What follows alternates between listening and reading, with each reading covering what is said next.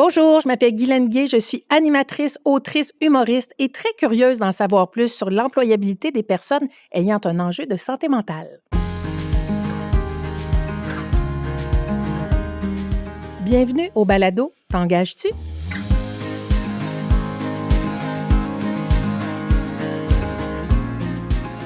Quel plaisir de vous retrouver pour une deuxième saison du balado T'engages-tu? Fort du succès de la première saison qui avait pour thème principal les personnes autistes et l'employabilité, voici que la deuxième saison met en lumière l'employabilité des personnes ayant un enjeu de santé mentale. Bon, peut-être que vous vous rappelez, mais lors du premier épisode de la saison 1, j'étais accompagnée de mon fils Léo, qui est une personne autiste, et on a parlé d'emploi ensemble. Alors, comment concurrencer avec ce premier invité-là? Bien, pour le premier épisode de la saison 2, je vous présente mon conjoint, Steve Paquin. Steve, bienvenue. Bonjour. Alors, Steve, on peut le dire tout de suite, là, parce que c'est ça le sujet du balado. Tu es bipolaire. Eh oui. Je le dis comme ça d'emblée parce que pour toi, Steve, là, c'est pas gênant de le dire. Là. C'est une condition, puis tu vis avec la condition. Fait que chez nous, on est bien ouvert d'en parler. Oui, je suis pas gêné de ça. J'ai déjà été un petit peu plus réservé là-dessus, mais depuis que ça va mieux dans ma vie, c'est plus facile pour moi d'être ouvert là-dessus. Et je te remercie d'en parler parce que je suis certaine qu'il y a des gens qui écoutent et qui vont se reconnaître ou dire « Ah, bon, ben eux en parlent ouvertement. Il n'y a pas de gêne. Parlons-en et on est là pour en parler. » Steve, comment se traduit le trouble bipolaire pour toi? Pour moi, c'est beaucoup axé sur l'énergie en premier, là. Après ça, il y a des pertes de contrôle, là, mais la plupart du temps, pour moi, c'est beaucoup dans l'énergie. Quand il parle de l'humeur, c'est un trouble de l'humeur. Puis, ça se traduit beaucoup par pas d'énergie ou beaucoup d'énergie. Dans mon cas, c'est souvent beaucoup d'énergie, parce qu'il y a plusieurs types de bipolaires, là, en tout cas, je sais pas si je suis à date là, dans mes dans ton DSM? Ouais, c'est ça, dans mes connaissances médicales, mais il y a le type 1 dont je suis, qu'on est à peu près 20% des bipolaires. Il y a le type 2 qui oscille entre la dépression puis la manie, mais le type 1, comme moi, c'est beaucoup plus dans le haut de l'échelle, là. Beaucoup d'énergie à carrément psychose, là. Moi qui vis avec toi, si tu me permets de dire que comment des fois je dénote que tu es dans une période un peu plus de manie, c'est que tu as beaucoup de projets. Oui. On dirait même que tu as de l'ambition. Il y a beaucoup de rénovations en vue. Ouais, hein? Ça se manifeste pour toi plus comme ça. Je sais. Moi qui est témoin de ça. Mais maintenant, je le sais. J'ai aussi la conscience maintenant que c'est des projets que je pourrais jamais mener à terme quand je vais redevenir dans mon état plus normal, là. Fait que c'est moi la plate qui met un haut là, qui fait « Oh, je pense que ce projet-là, on le rendra pas à terme. » Mais tu as la permission. Ah, ça, c'est gentil. Je veux préciser aux gens que ça fait 14 ans que Steve et moi cohabitons et ça fait 12 ans que nous sommes mariés. Steve, comment est-ce que tu as reçu ton diagnostic? J'ai reçu mon diagnostic, ça fait plus que 25 ans. Puis la première fois, c'était un début de diagnostic ou même un pas diagnostic, mais ça s'est révélé comme très dangereux, là, parce que j'ai eu un épisode, les autres ils appellent ça un épisode maniaque, fait que je vais dire ça comme ça. Ça, c'est beaucoup d'énergie, puis beaucoup de projets, puis je me suis mis aussi à arrêter de dormir. Quand je dis beaucoup d'énergie, bipolaire, c'est beaucoup ça aussi, là. C'est carrément arrêter de dormir, là. Puis là, ça faisait une dizaine de jours que je dormais pas. Puis quand on dit pas dormir, c'est pas dormir du tout, là. Non, beaucoup trop de projets pour dormir. La tête est trop pleine, il n'y a pas d'endormissement possible. Hein? J'ai eu le temps de faire beaucoup de choses dans ce premier épisode-là, là. J'ai été pour 2 projets différents à la banque pour faire des emprunts pendant que j'avais un chèque d'aide sociale. Je faisais une résidence d'étudiant en même temps qu'acheter un restaurant. Puis après ça, j'ai juste décidé de m'en aller dans l'Ouest canadien, là, à pied. Ben oui, comme tout le monde. Hein? C'est ça. Puis ça t'a mis la puce à l'oreille qu'il pourrait y avoir un... Oui, mais le psychiatre, il a comme dit que j'avais pas suffisamment d'historique familial ou d'historique personnel pour statuer un vrai diagnostic. Mais quand il m'a revu, là, 1 an plus tard, il était comme un peu désolé de ne pas avoir été plus loin là-dedans, mais j'étais déjà parti de toute façon. Est-ce que ça, c'était après l'épisode de tu t'es ramassé nu dans une fontaine à Montréal? Ouais, mais là, ça, c'est Ça, c'est le côté de la maladie qui est un peu spectaculaire, là. C'est pour ça que je le dis, hein, c'est vraiment pas pour... c'est pas dénigrant du tout, c'est juste que des fois, il y a de ces genres d'événements-là qui arrivent qui semblent extrêmes, Ouais. mais ça arrive pour vrai, là. Tout nu dans Fontaine, là, c'est 1 an plus tard. C'est pour ça que quand il m'a revu, le psychiatre, il était comme OK. Puis j'avais aussi fait... comment ils appellent ça? En tout cas, c'est comme se découper un peu, là. Eux autres, ils ont identifié ça comme... Mais moi, c'est juste que je voulais m'écrire quelque chose, je n'avais pas de crayon. Mais ça va assez loin, la psychose, hein. C'est comme quand t'es plus là, Ça, là. c'était vraiment un moment psychotique, là. Oh, C'est ouais, que... assez... On va clarifier ça. C'était quoi? Tu voulais acheter quelque chose à quelqu'un? Non, je voulais juste écrire le numéro de quelque chose sur... un numéro de téléphone, là. Fait que j'ai comme... Et tu n'avais pas de crayon, mais tu avais un canif sur toi. Fait que tu as voulu écrire le numéro de téléphone avec ton canif sur ton bras. On va mettre les affaires claires, là, parce que c'est ça la psychose. C'est là. un petit Ça peu va pire que ça. jusque-là, là. Peut-être que je t'ai conté des menteries, mais c'était une bouteille que j'ai trouvée qui Oh était à mon Dieu, terre. je savais pas ce détail-là. Oh mon Dieu, c'est encore moins sanitaire que je pensais. Bon. Fait Non, que c'était pas quand on parle de sanitaire du tout. psychose, le Steve, c'est de ça qu'on parle. Ah, Ça peut ouais. aller jusque-là. Puis on est ouvert d'en parler. On s'en était déjà parlé. Même avant de te rencontrer, quelqu'un m'avait déjà parlé de ça, de toi. Donc, j'embarquais dans quelque chose en connaissant Ouais. la chose. Mais Ben, c'était merci de t'ouvrir là-dessus. c'était une hein. bouteille de limonade d'amour et d'espoir, je me souviens, qui Mon était écrit Dieu, ouais. dessus. Le gars, il se rappelle des détails en se tailladant les bras. Ça, c'est mon Steve. Steve, c'était quoi les défis associés à ta condition? Et les défis après ça? Ben, les Après, défis comme en le- général, là, qu'est-ce que ça, dans ta vie, là, ça devait affecter des sphères relationnelles avec des gens? C'est C'était sûr quoi que les c'est de défis? prendre beaucoup de place, de siphonner beaucoup d'énergie des gens. Je crois que je suis quelqu'un de relativement attachant, là, puis gentil, mais ça m'est arrivé régulièrement qu'on me dise ça faudrait que tu t'en ailles, là, c'est assez, là, j'en peux plus. De des très bons amis. Pour le reste de ma vie, c'est sûr que quand, mettons, dans une période, là, tu dépenses tout ton argent et plus, que tu laisses ton loyer, comme la dernière fois, là, ou la première fois, je sais pas comment tu sors de l'hôpital, tu n'as plus de vêtements, tu n'as plus de loyer, tu es comme dans la rue, puis là, tu n'as plus de brosse à dents, tu n'es pas préparé, tu n'es pas accompagné, parce que ce qu'ils te font, c'est qu'ils te disent tu as ton congé, là, si on veut. Il y a quelqu'un qui avait signé pour moi, mais comment tu peux contrôler un gros gars comme moi, là? Fait que je me suis ramassé à faire le tour du Québec sur le pouce, là, qu'ils appellent, là. Tu as vécu dans un véhicule? Ouais, des choses comme ça. Mais moi, j'ai eu beaucoup de travail. Moi, je suis très débrouillard, puis je suis capable d'avoir un travail.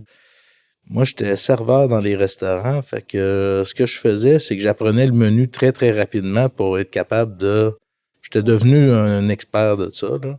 Pas de juste d'être serveur, mais de m'adapter très rapidement pour avoir des types le plus rapidement possible. Tu avais comme un réflexe de fonctionnalité. Ouais. Hein, tu sais, donc, pour fonctionner, ben, il faut que j'apprenne rapidement pour me mêler un peu dans la foule puis pour garder mon travail ou mes amis. Ben, pour retomber sur ses pieds le plus rapidement possible, là. Puis, un restaurant, ce qui est le fun, c'est que quand tu arrives, tu as le droit de prendre de la soupe puis du pain souvent. Fait que tu peux déjà commencer à manger en attendant d'avoir tes premiers pourboires. Puis après ça, tu te reconstruis une vie assez rapidement, là, quand t'es, en tout cas moi, là. Puis après ça, tu la détruis assez rapidement aussi. Fait que j'ai calculé 100 restaurants en dedans de 10 ans, là. Ah oui, hein? Un peu partout dans le Québec, puis dans l'Ouest un petit peu, mais... On les salue tous Ouais, en ce moment. ouais. Plus beaucoup de travail dans les usines, une 50aine d'usines, puis de toutes sortes de job-in, là. Fait que c'est assez instable comme vie. Est-ce qu'on peut dire que c'est ta vie d'avant, ça? Ah oui. Ah On le oui. dit souvent en blague, mais moi, j'aurais pas pu avoir comme conjoint le Steve d'avant, là. Ah oui, c'est ma vie d'avant. Juste d'y penser, c'est tellement épuisant, là. Une journée dans cette vie-là, je vois pas comment je pourrais faire ça aujourd'hui, là. Pas d'en coller trop, en tout cas, ça, c'est sûr. Puis qu'est-ce qui a changé, Steve? Est-ce que le fait de prendre de la médication, ça a stabilisé Ah ta oui. condition? À 50%, là, je dirais. Moi, je prenais encore de l'alcool à l'excès, mais à l'excès en période de 2 mois, mettons. Puis après ça, ben, c'est assez facile quand tu laisses ton travail, tu n'as plus de travail, tu n'as plus d'argent, ben, l'alcool est moins disponible. Mais c'est quand même un réflexe. On fait la fête, on a de l'énergie, puis après ça, depuis que je prends plus d'alcool, je dirais qu'il y a un autre 30% du problème, peut-être même 40%. Peut-être qu'il en reste juste 10% du problème à faire ce que j'ai à faire, là. Mais il est encore là quand même. Ça revient toujours, les variations d'énergie, puis surtout d'énergie, puis de projet. Je suis aux premières loges. Ouais, J'acquiesce à toutes ces citations. Steve, c'est quoi les mythes, les stéréotypes, les préjugés, les stigmates qui sont en lien avec le trouble bipolaire qui ont eu un impact dans ta vie? Moi, je dirais que les préjugés, les stigmates, c'est ça. C'est les gens de mon passé, des gens qui me connaissent, qui m'entourent, qui ont entendu parler des épisodes. Là, c'est peut-être même difficile d'expliquer que c'est fini, là. Il y a beaucoup de gens qui sont venus me visiter à l'hôpital aussi. Je suis allé quelques fois quand même. Le reste, c'est comme les préjugés de la société, là. À l'origine, c'était psychose maniaco-dépressive, le premier diagnostic dans les années 90, qui ont changé ça pour trouble bipolaire. Puis là, je trouve que c'est un petit peu... je trouve quand même que maniaco-dépressif, ça expliquait mieux c'était quoi que c'était, là. Puis là, bipolaire, ça veut dire rien, là. C'est comme d'un spectre à l'autre, là. C'est ça. Et tout ce qui est dans le milieu. Puis on dirait que les gens, ils mettent beaucoup de violence ou d'agressivité mais c'est pas ça du tout. C'est vraiment trop d'énergie. Dans ton cas. Ben, moi, je connais pas tous les cas, mais tu sais, c'est sûr que après ça, l'agressivité, c'est sûr que quand quelqu'un avance pas à la même vitesse, ça devient irritant. Ben oui. Ou se fait pas comprendre, ou victime de jugement, ou de... Non, mais quand les autres embarquent pas dans ton projet à la bonne vitesse, que ce soit au travail ou quoi, mettons dans un restaurant, quand tu es en train d'expliquer au patron qu'il faudrait qu'il réorganise son menu, puis sa structure d'employé, puis sa façon de placer les tables, puis tout, ça devient assez fatigant, là. Ça peut ressembler à ça aussi, parce que la nuit d'avant, tu as passé la nuit là-dessus, puis le système que tu as inventé il est bien meilleur que lui, puis en plus, c'est vrai. C'est pas tous les patrons qui sont ouverts aux bonnes idées? Mais non, j'ai pas perdu des travails souvent, mais j'ai eu souvent des patrons qui ont embarqué dans mes folies, là. J'ai déjà organisé des parades sur la rue principale, des affaires de fou. De ta ville natale, Val-d'Or? Oui, avec des pick-up que le garage a prêté, un ponton avec des micros qu'on annonce le beach party au mois d'avril. Puis le patron, il est comme, ben oui. Inviter des humoristes au bar où tu travaillais, dont moi. Ben oui, c'est là que... À l'époque. Ben oui, c'est là que... Qu'on s'est vu la première fois, mais on ne s'est pas parlé. Là, mais ben oui. J'étais allée faire un spectacle là. Ben, parlons-en d'emploi, Steve. Tu es un employé comment, mettons, quand quelqu'un là, t'embauchait? Là? Je suis un employé dynamique, je suis capable de me vendre, je suis capable de te remplir de menteries, là. C'est sûr qu'au bout de 10 minutes, là, en plus, c'est vrai que c'est moi le meilleur, là. Fait que je suis capable de rendre la marchandise pendant au moins un mois. C'est après là, que la vraie nature se révèle un peu, là. Toi, je te parle vraiment... à l'époque, là, à l'époque. C'est le Steve d'avant. Oui. C'était vraiment de garder un emploi longtemps qui pouvait être difficile pour toi? Je dirais impossible, là. Impossible. Je pense pas que j'ai déjà gardé... Je me suis déjà rendu à 10 mois, 11 mois, une fois. Un record? Oh oui, c'est un record, là, parce qu'on a fait la grève pendant 2 mois et demi. Je m'en souviens encore. Toi, tu es un excellent chef syndical en plus. C'est un bon revendicateur. Non, j'étais juste un bon... il faut que tu ailles faire tes heures de piquetage pour avoir un petit chèque, là. Mais là, je m'étais trouvé 2-3 petits jobs en même temps que je faisais la grève, puis c'était une époque fantastique, là. Je m'en souviens encore. Je passais acheter ma petite bouteille de Baileys pour aller faire du piquetage. C'est ça. Pas capable de garder un travail. C'est sûr que c'est impossible. À un moment donné, ça paraît, ça dépasse, puis ça paraît. Puis toi-même, tu n'as plus le goût de travailler là. Mais ça vient souvent de toi? Oh, oui, c'est ça. J'ai plus le goût de travailler là. J'ai plus le goût d'habiter avec les gens que j'habite. Il faut que je déménage. Probablement une autre ville, ce serait idéal. On pourrait dire que ton slogan de l'époque, c'était « faut que ça bouge ». Oui. Il faut que ça bouge ou que ça bouge pas. Un moment donné, c'est ça aussi. C'est comme tu fais 2 mois très, très, très intenses à pas beaucoup dormir. Moi, je peux travailler. Je me souviens là, que je travaillais. Là, un patron, une fois, il m'avait dit j'étais toujours en retard pour travailler au dîner. Là. J'étais pas toujours en retard. Ça faisait 3 jours que j'étais juste pas là. Et j'avais dit, moi, je vais travailler tous les jours, mais à 4 heures. Je vais être là tous les jours à 4 heures. Puis si tu as besoin de moi, tu me prends. Puis si tu n'as pas besoin de moi, je vais rester au bar au cas que tu aies besoin de moi. Mais j'étais toujours là pendant plus que 2-3 mois. Mais je peux pas travailler le midi, là. C'est sûr que c'est pas possible.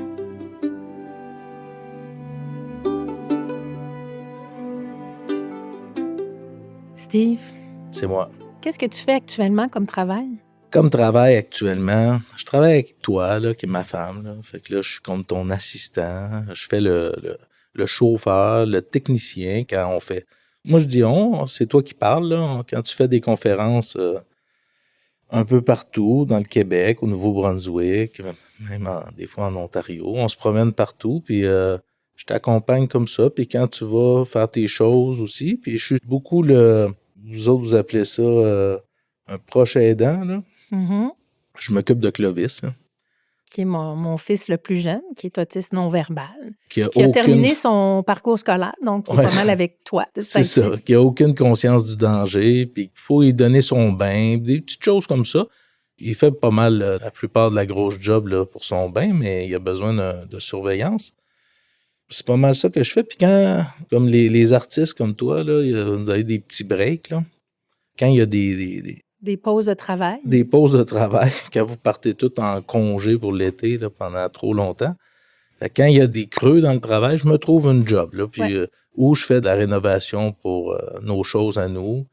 Je m'occupe, là, tu sais, je suis toujours occupé. J'ai travaillé comme le gars des patinoires. C'est vrai. J'ai fait ça, c'est quand même travail à temps plein pendant 4 ans, là, l'hiver, là. Ouais. Puis c'est une grosse job physique, là. C'est quelque chose, hein, s'occuper Ouais. des patinoires. Mais c'est surtout, nous, ça fonctionne pas avec l'horaire parce que quand toi, tu vas travailler, là, il faut comme tout se réorganiser. Puis c'est Nous sommes quasiment... une famille atypique avec des horaires atypiques. C'est ça. On peut pas travailler les deux la même journée. Ça nous coûte de l'argent pour que ça se réalise. Fait que, en ce moment, c'est parfait comme ça. Si tu travaillais plus avec moi, là, qu'est-ce que tu aimerais faire comme travail? Ce serait quoi ton travail de rêve? Mais c'est ça. Ça, c'est des questions que les gens normaux, ils se posent, là. Puis quand je dis normaux, c'est pas les gens qui sont pas bipolaires, mais les gens qui sont pas comme moi, là, qui ont comme un travail avec une direction, peut-être un fonds de pension, des ambitions précises. Moi, mon grand-père, il disait faire ça ou faire d'autres choses. T'sais. Moi, je travaille. Fait que, idéalement, un travail qui est plus payant qu'un autre travail, ça serait parfait. J'en ai tellement fait de sortes de travail. J'ai été cordonnier, j'ai fait le cours de pompier, j'ai fait un cours de maître d'hôtel, sommelier. Tu étais gérant de piste à Tremblant. C'est ça. Je le dis bien parce que oui, parce que c'est ambigu, mais c'était les deux. J'étais gérant de la piste de course, puis aussi gérant de laver les toilettes, puis tout ça, toutes les installations, les bâtiments. Puis, tu un homme à tout faire, là. En anglais, on dit ça. handyman, là, mais rénover, faire plein de trucs, c'est ça que tu fais. Ton talent réside là. Et tu es très bon. Oh, je suis pas spécialiste de rien, mais je suis capable de... Mais bon dans tout, spécialiste de rien. Je trouve que c'est un bon slogan sur ton camion. Oui, mais quand tu vas au travail, dans mon cas à moi, tu fais ce qu'on te dit de faire. Puis si aujourd'hui on fait ça, on fait ça. Puis des fois, ça change d'une saison à l'autre. Fait que je peux pas te dire qu'est-ce que je ferais pour de vrai. Je t'en parlais, puis j'ai pas fini mon explication, mais avec le temps, depuis que je te connais, là, que je travaille un peu avec toi, j'ai comme développé des compétences dans d'autres choses. Puis là, je pourrais m'imaginer quand même travailler dans un bureau où, tu sais, j'aimerais ça quand même dans le communautaire. Ou je sais que je serais capable de faire ça puis que j'aurais le goût de faire ça. Mais j'aurais aussi le goût d'être journalier à la ville. Ou. Est-ce que je suis une bonne patronne? Ah oui! Ce n'est pas sur mes feuilles, mais je le pose quand même. Si tu avais à te chercher un travail, qu'est-ce que tu mettrais en place pour favoriser des conditions idéales là, à un futur cheminement professionnel? Ben c'est ça. Moi, avec le temps, là, j'ai fait bien des expériences sur l'affaire de bipolaire. Là. C'est pour ça que je me considère très équilibré, là, malgré ce que toi t'en penses des fois. C'est beaucoup le sommeil, d'essayer de concentrer pour essayer de trouver des façons de... J'ai une bonne hygiène de sommeil. La nourriture, c'est de manger des choses variées, puis de manger comme à des heures fixes un peu, puis de faire un minimum d'exercice, de sortir à l'extérieur. La psychothérapie, en même temps que les pelules, tu sais. Les pelules, ils appellent ça la pharmacothérapie. Pour moi, c'est bien important. Moi, si j'ai pas ça, je sais exactement où est-ce que je m'en vais résider. Ils vont me réserver une chambre directe.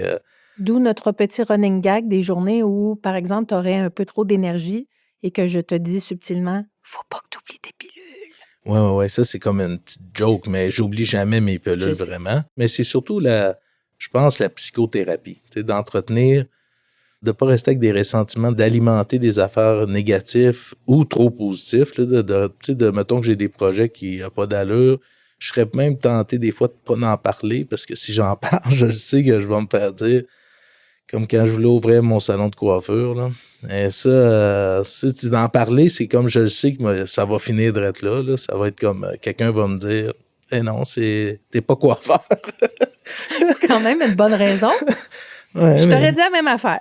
J'aurais engagé des coiffeurs. Tu aurais eu l'entre-gens, par exemple. Je sais que tu aurais eu l'entre-gens pour... Tu aurais embauché des gens qui font ça. Jean-Marc nous aurait montré à couper des cheveux, puis on voulait faire de la soudure en arrière. J'avais mon plan. Là. Son ami Jean-Marc, qui était aussi son colocataire à Saint-Jovite. Lui, il est coiffeur. Il nous l'aurait montré à couper des cheveux. Ça s'apprend. C'est surtout qu'il faut y demander, puis il m'a dit que ça ne l'intéressait pas.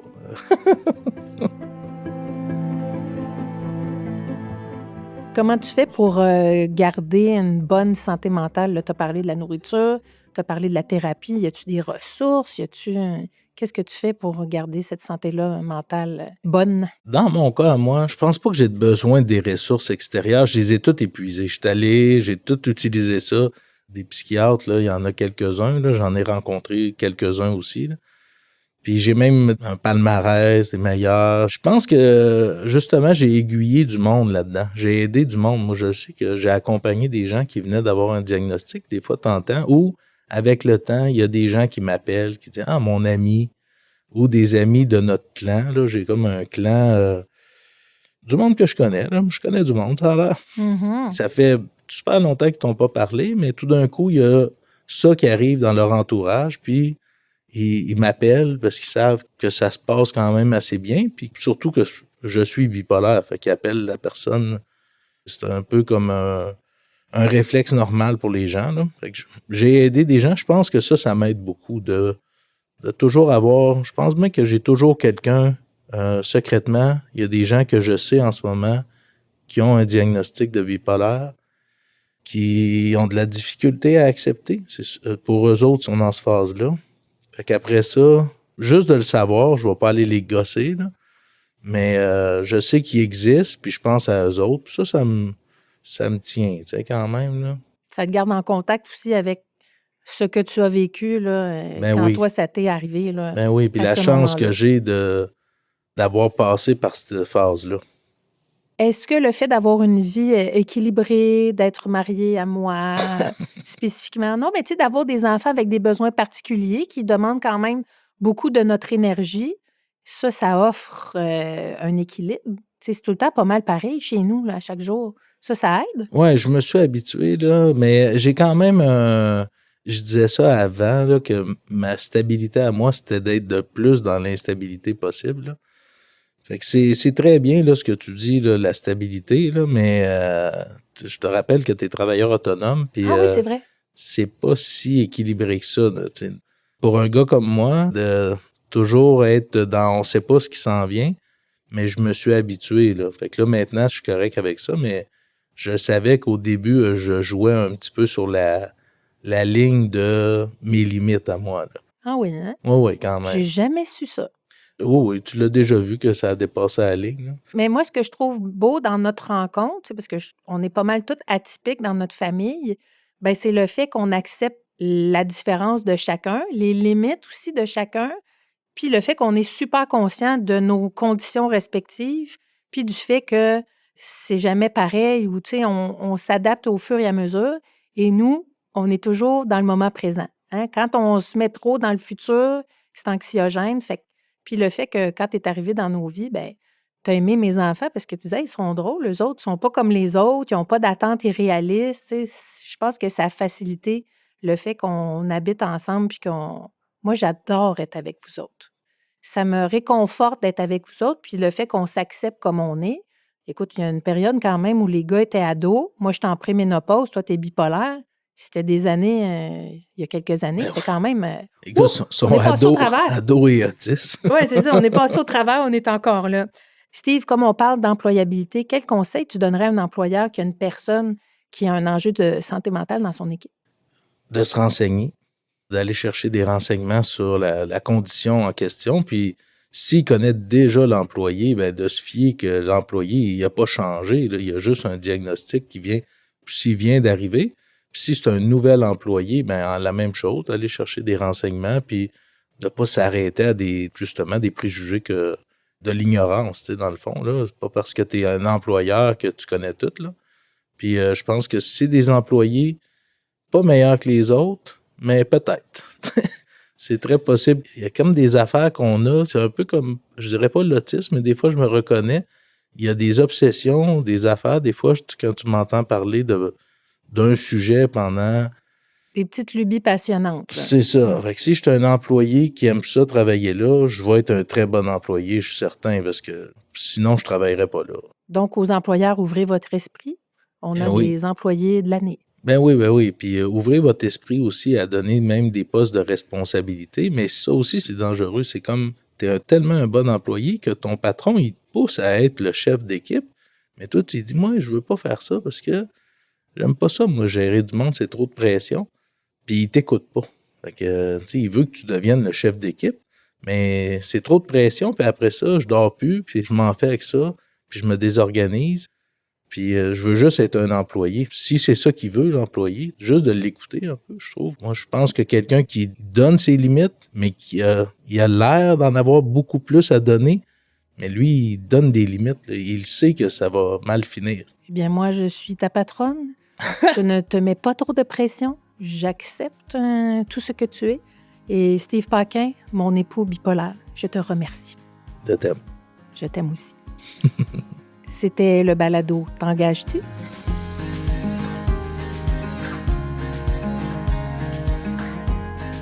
Cette initiative a été réalisée par Intégration Travail Laurentide, promoteur et coordonnateur du projet, et ce grâce à la participation financière du gouvernement du Québec, notamment la Direction générale de Services Québec des régions de Laval et des Laurentides.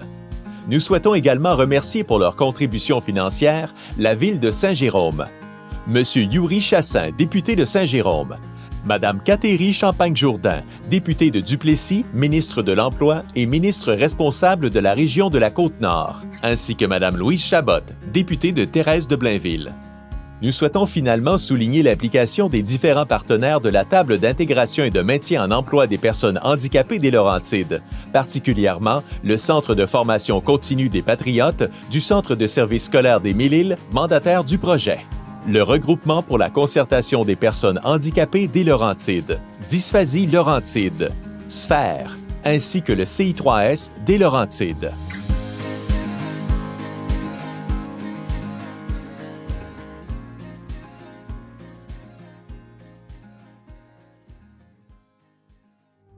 Phonique.